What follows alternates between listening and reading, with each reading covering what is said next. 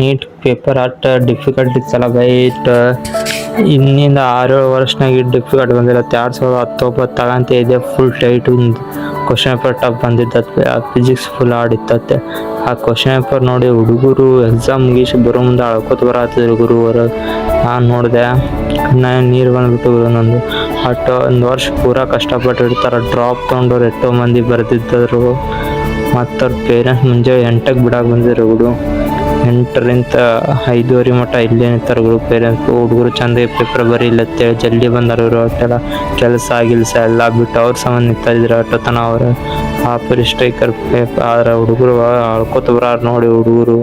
ಅವ್ರ ಪೇರೆಂಟ್ಸಿಗೆ ಹೆಂಗಾಗಿರ್ಬಾರ್ದು, ಅವ್ರ ಪೇರೆಂಟ್ಸ್ ಮನ್ಸಿಗೆ ಹೆಂಗಾಗಿರ್ಬಾರ್ದು. ಹುಡುಗರು ಅಳ್ಕೋತ ಬರಾರ ನೋಡಿ ಒಂದ್ಸಲ ಯೋಚನೆ ಮಾಡಿದ್ರು. ನಿಂದು ಲೈಫ್ನಾಗ ಹಿಂಗಾಗ್ತದೆ, ನೀ ಏನು ಮಾಡ್ಬೋದು.